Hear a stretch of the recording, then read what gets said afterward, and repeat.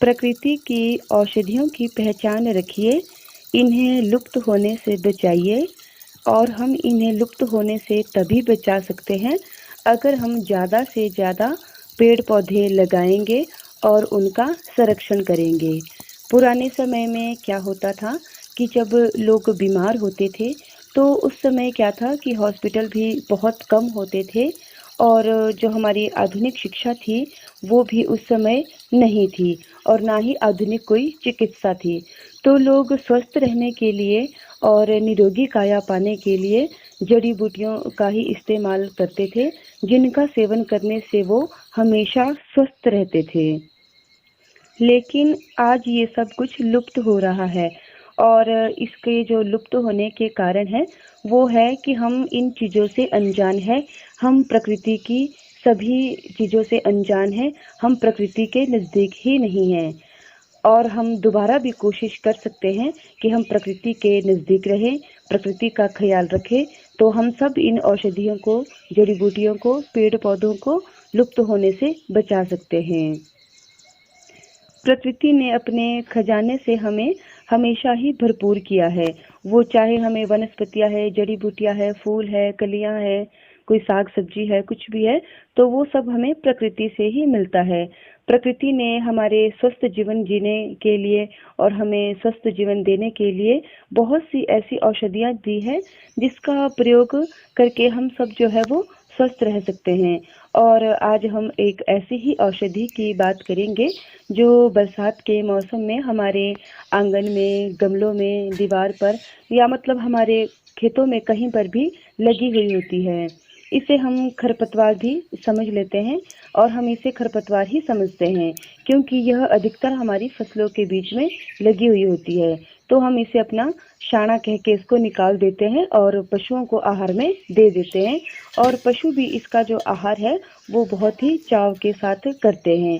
लेकिन यह खरपतवार नहीं है, यह एक औषधि है जो एक जगह जिस जगह पे लग जाए, अगर आप वहाँ पे इसे बार-बार उखाड़ेंगे भी, तो भी ये अपने मौसम में उस जगह पे हर साल बरसात के मौसम में वहाँ पे लग जाएगी। और इसके जो लगने का समय है, वो जून-जुलाई का महीना होता है और जुलाई-अगस्त में इसका जो है हम लोग साग भी खाते हैं। और इस औषधि का हम साग भी बनाते हैं, पकौड़े भी बनाते हैं, पराठे भी बना लेते हैं और इस औषधि को हम अगर काट-काट के बारीक करें और उसमें थोड़ा-सा नमक, काली मिर्च लगाएँ, तो हम इसका सेवन जो है वो कच्चे सलाद में भी कर सकते हैं, क्योंकि इसका जो स्वाद है वो हल्का खट्टा होता है, इसलिए हम इसे सलाद में भी ले सकते हैं। इस औषधि को जो है वो बहुत से नामों से जाना जाता है, जैसे लोणा हो गया, लोना शाक हो गया, बड़ी लोनी होगी, खुरफा हो गया, लुनाक हो गया और हिंदी में ज़्यादातर लोग इसे कुल्फा के नाम से जानते हैं और अपने शिमला, हिमाचल प्रदेश के ग्रामीण क्षेत्र में इसे लिदड़ी के नाम से जानते हैं। गाँव के सभी लोग इसे जानते हैं और सभी इसका प्रयोग करते हैं और करना भी चाहिए, क्योंकि जो मौसमी सब्जियां होती है या साग होते हैं या कोई पत्ते होते हैं, उन सभी का सेवन हमें करते रहना चाहिए।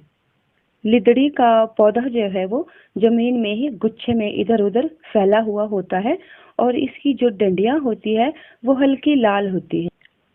लिदड़ी के जो पत्ते होते हैं वो छोटे होते हैं और मुलायम होते हैं।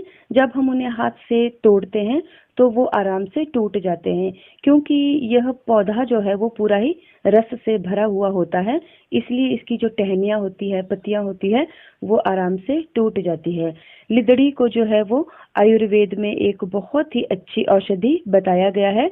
कुछ दिन पहले इसके ऊपर एक शोध हुआ है और जिस शोध में जो है वो कुल्फे के पौधे को कैंसर जैसे रोगों से लड़ने के लिए समर्थवान बताया गया है कि अगर हम इसका सेवन करते हैं तो हम कैंसर जैसे भयानक रोगों से बचे रहते हैं, क्योंकि कुल्फे के अंदर जो है वो विटामिन सी, ई, मल्टीविटामिन, बीटा कैरोटीन, लिथियम एक साथ ही मौजूद होते हैं और साथ ही इसमें जो है वो हमारा magnesium, calcium, iron, fibre, potassium, copper, lithium एक साथ होते हैं और इसलिए अगर हम इनका सेवन करते हैं तो हम सभी रोगों से बचे रहते हैं।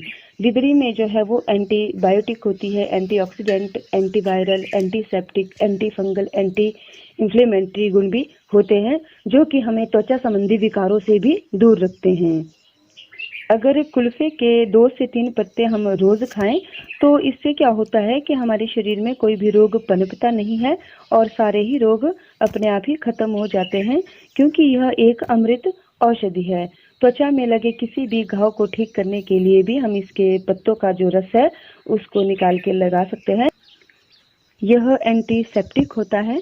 जिनका बीपी हाई रहता है वो क्या करे कि सुबह खाली पेट 2 से 3 पत्ते कुल्फे के खाए, तो इससे आपका ब्लड प्रेशर ठीक रहेगा। जिन लोगों का कोलेस्ट्रॉल बढ़ा हुआ होता है वो भी लिदड़ी के 2 से 3 पत्ते खाए, तो इससे आपका कोलेस्ट्रॉल भी सही रहेगा। और दिमाग को विकसित करने के लिए इसका सलाद बनाकर बच्चों को जरूर खिलाएं।